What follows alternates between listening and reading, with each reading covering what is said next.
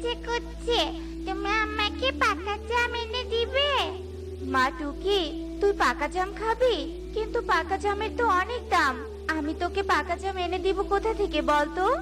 আমি এত কথা শুনতে চাই না মা, আমার পাকা জাম খেতে ইচ্ছে করছে, তুমি আমাকে পাকা জাম এনে দিবে, ব্যাস এটাই আমার শেষ কথা।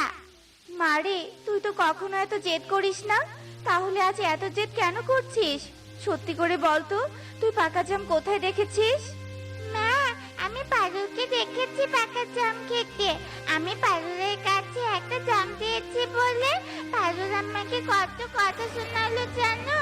ও আরো বলেছে তুমি আমাকে কখনো পাকা জাম খাওয়াতে পারবে না। হ্যাঁ রে মা, পারুল তো ঠিক কথাই বলেছে। আমি তো সত্যি সত্যি তোকে পাকা জাম এনে খাওয়াতে পারবো না, কারণ এখন পাকা জামের অনেক দাম, আর আমার কাছে অত টাকা নেই যে তোকে পাকা জাম এনে দিব।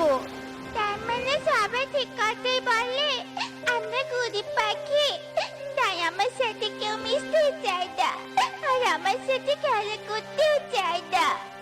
এসব বলে টুকি অনেক কাঁদতে থাকে আর সেখান থেকে নিজের ঘরে চলে যায়। মেয়েটা আমার অনেক কষ্ট পেয়েছে, আর যদি টোনা বেঁচে থাকতো তবে কখনো মেয়েটাকে এভাবে কষ্ট পেতে হতো না। হে সৃষ্টিকর্তা, এই কষ্টের দিন কি কখনো শেষ হবে না? আমি যে আর এত কষ্ট সহ্য করতে পারছি না। এ কি কালু, তুমি এখনো শুয়ে আছো? কাজে যাবে না? ঘরে যে কোনো খাবার নেই। আহা কাকুলি, আমাকে বিরক্ত করো না তো, আমাকে একটু শান্তিতে ঘুমাতে দাও। আগে ঘুম, তারপর কাজ, বুঝেছো? হ্যাঁ হ্যাঁ, তুমি ঘুমিয়েই থাকো, আর টুনি কাজে গিয়ে অনেক টাকা ইনকাম করুক, আর বনের মধ্যে ধনী পাখি হয়ে যাক। তখন টুনির কথা উঠতে হবে আর বসতে হবে। কি, টুনি কাজে গেছে? সেটা তুমি আমাকে আগে বলনি কেন? টুনি ধনী পাখি হবে সেটা তো আমি কিছুতেই হতে দিব না। আমি এক্ষুনি কাজে যাব, আর টুনির চেয়েও বেশি টাকা ইনকাম করব। তার আগে আমাকে কিছু খেতে দাও তো দেখি। আচ্ছা ঠিক আছে, দিচ্ছি। এরপর কালু কাক খাবার খেয়ে কাজে চলে যায়।